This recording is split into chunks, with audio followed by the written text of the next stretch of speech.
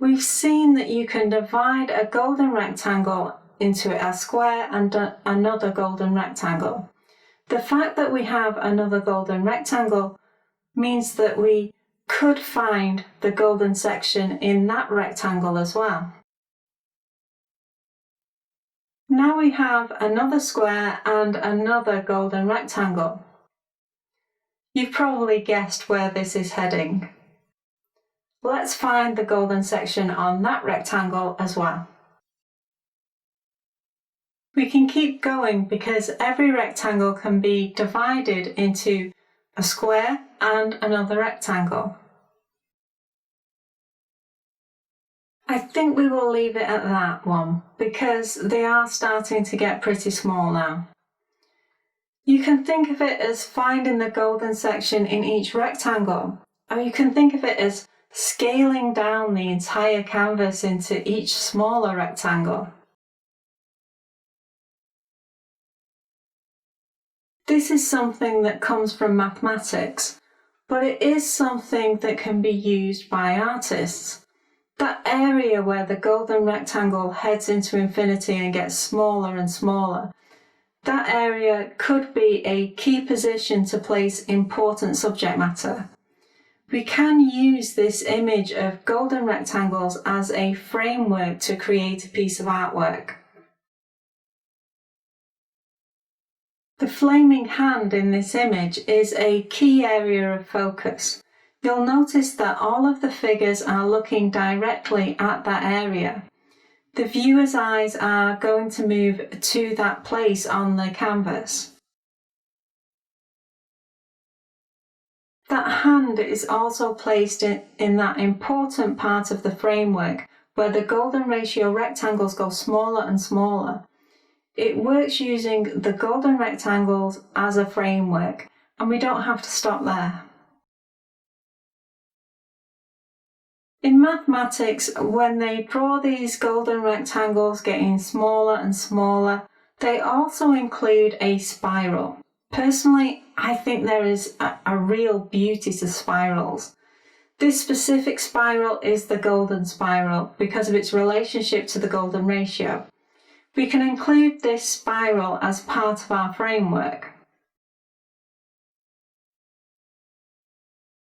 To explore this idea, I want to create an abstract image using this framework as a starting point. The spiral has wonderful aesthetic qualities, so I know that it has the potential to create a really good image. If there is something visually attractive in the framework, then your image is definitely off to a good start.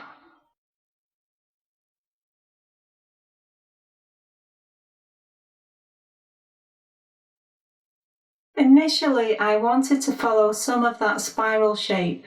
Then I wanted to place something on that key area where the rectangles go smaller and smaller.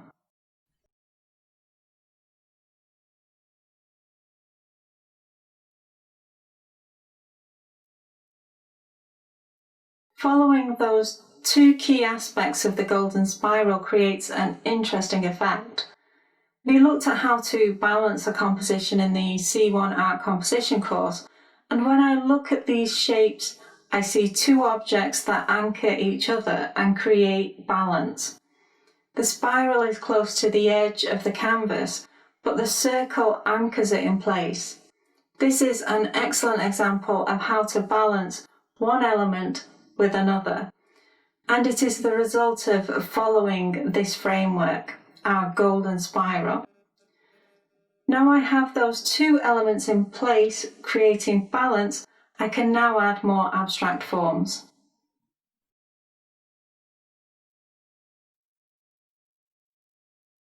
Throughout, I'm looking at what's on the canvas and responding to the shapes. I'm responding to curves with curves because I'm trying to retain the movement that is suggested by the spiral. I'm also trying to create some contrast as shapes travel to and from the centre of that yellow and orange circle. The circle stands out because its colour is in contrast to the rest of the piece. This means that the circle can balance a large number of shapes without another anchor being needed. The composition is strong and I'm pleased with the result. This image is in landscape format, but is it possible to create balanced compositions in portrait format when using the golden spiral? Let's see. Because this is an abstract image, the shapes don't need to be a particular way up. I can rotate this image and the shapes can still be understood as abstract forms. This wouldn't be true if the image contained realistic images such as figures of people or objects. Those figures would probably need to be upright. Given that we can rotate this image, it isn't necessary for me to create another abstract piece in portrait format. If I want to know whether the golden spiral can create balanced images in portrait format, then I only need to rotate this canvas. Due to my own aesthetic tastes, I rotate the canvas 90 degrees counterclockwise. It looks good in this position. It doesn't look better or worse than the other version. You might ask why I chose to turn the image in this direction. I could have turned it clockwise. The composition seems just as balanced from this angle, although I think it looks better with the circle in the upper part of the image. It could be a matter of taste or one artist's aesthetic judgments, but I think it's deeper than that. When the yellow-orange orb is in the upper part of the image, it hints at something familiar. Part of being human is viewing the sun from Earth, and placing the circle in the top part of the canvas creates that kind of familiarity. There is balance with both rotations, but this angle has greater appeal than the reverse because it reminds us of something familiar and natural.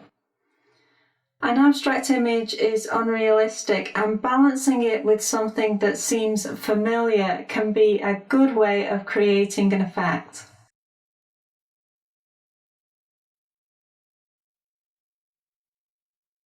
I've returned it to its landscape position because that's how I see the finished image, but any format would have worked.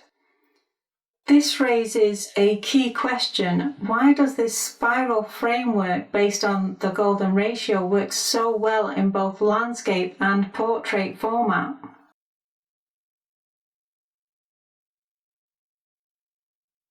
We already know that the canvas isn't neutral, and the artist must consider its shape and respond to it accordingly.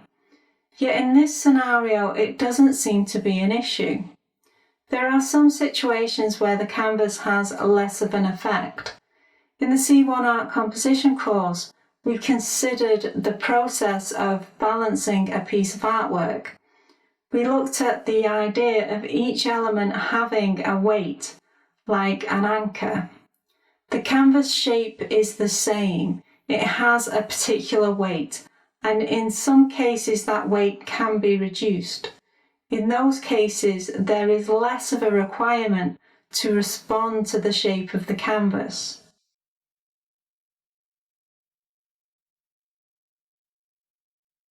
Earlier, I mentioned that when I look at the first few shapes, I saw two objects that anchor each other and create balance. The spiral is close to the edge of the canvas, but the circle anchors it in place. It was a good example of balancing two elements. This is mainly because there is such a large amount of tension between the two objects. That circle is working hard to stop the curve from falling off the edge of the canvas. This is one of the most extreme kinds of tension that you can have between two abstract forms or shapes. This tension will reduce the strength or the weight of the canvas, but it won't eliminate it completely. It will make the shape of the canvas less influential, but it will not completely strip it of its influence. So why does this image work in either portrait or landscape format?